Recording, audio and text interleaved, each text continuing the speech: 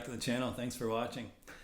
What I'm going to do today is a quick comparison between a Les Paul Standard. This happens to be a copy, but we're just looking at the design today.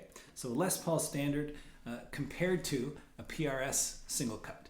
I think they're two very similar guitars, but there's some noteworthy differences, and I want to go over those. Okay, so let's start with the headstock.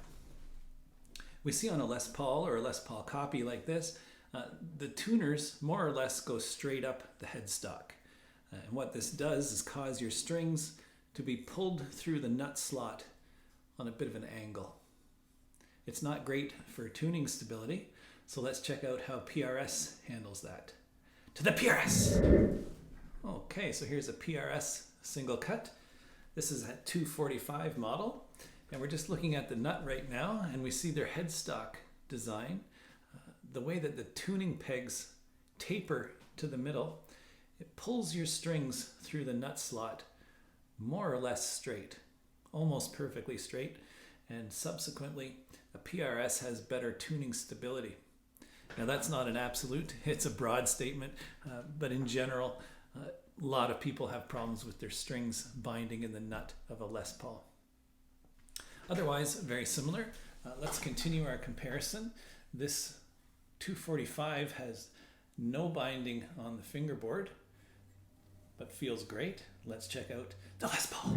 So here's the Les Paul copy, and we see it has nice binding up the fingerboard. So that's typical. Almost every Les Paul Standard you see has binding. I think actually they probably all do. And here's the inlays you would see on a typical Standard. Let's check out the PRS.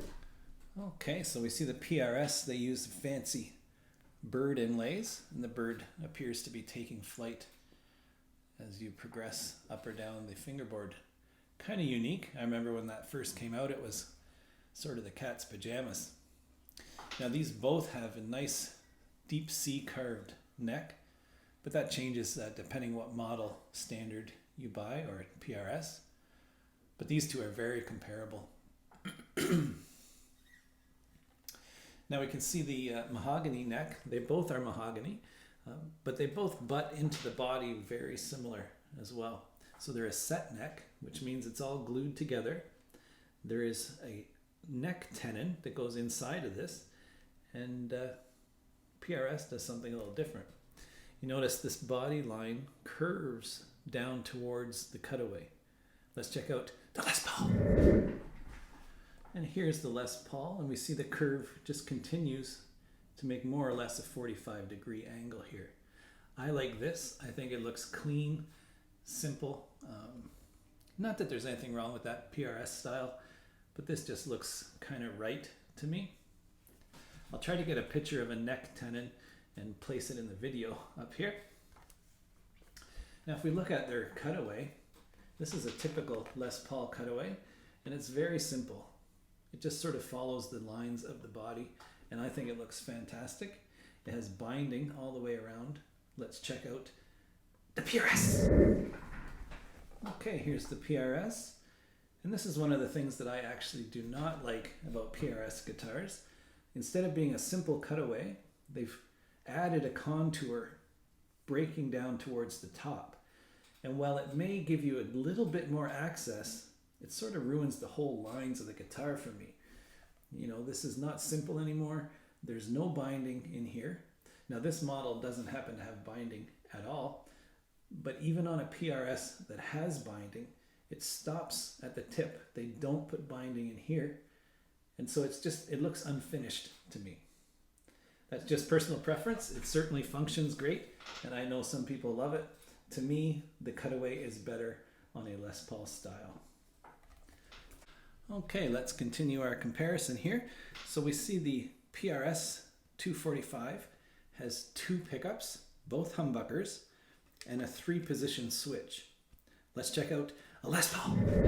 And here a Les Paul has two pickups, both humbuckers, so that's no difference, and a 3-position switch.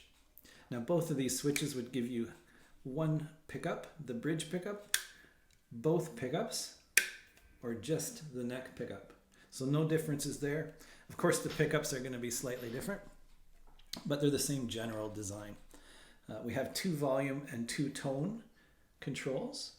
Again, very similar. And here's where we get a little different again. We notice the Les Paul has a stop tailpiece and then a tune-o-matic bridge. Now this tune-o-matic bridge lets you adjust your intonation very precisely. Let's check out a PRS. Okay, so the 245 has eliminated the tune-o-matic bridge, and they've moved the stop tailpiece up into the bridge position. So by wrapping the strings over the top, the tailpiece is acting as the bridge. I think it's pretty clever, and I like it. It's nice and simple. You cannot adjust your intonation precisely, but I like that. It's just less to fill with.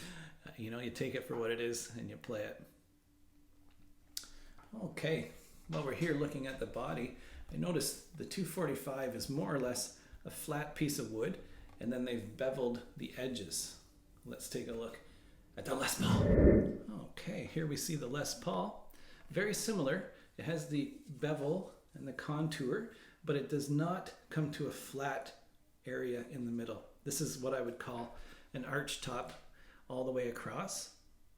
It's very subtle in the middle, but it is not flat. And it looks a bit more sort of classic to me. Speaking of classic, notice it has a sort of an antique looking pickguard on there, and that is something the PRS has done away with. Let's check that out. Okay, so here's the 245 again, and you'll notice no pickguard at all. No hole here, there never was a pickguard, and it's just a bit more of a modern take on the design. Let's take a look at the back here. Not much to see, but we have access to the electronics here and here. And this guitar has a comfort cut, or a belly cut, on the back. Let's check out a Les Paul.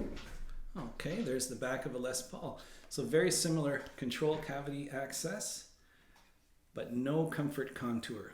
So a Les Paul feels very flat against your body when you're playing it. It's not the most comfortable, but once you're used to it, I guess it sort of becomes comfortable. So a Les Paul is probably heavier. Now this is a fairly light example of a Les Paul. Being a copy, it is not, it's maybe 7.5 pounds. Let's check out the PRS.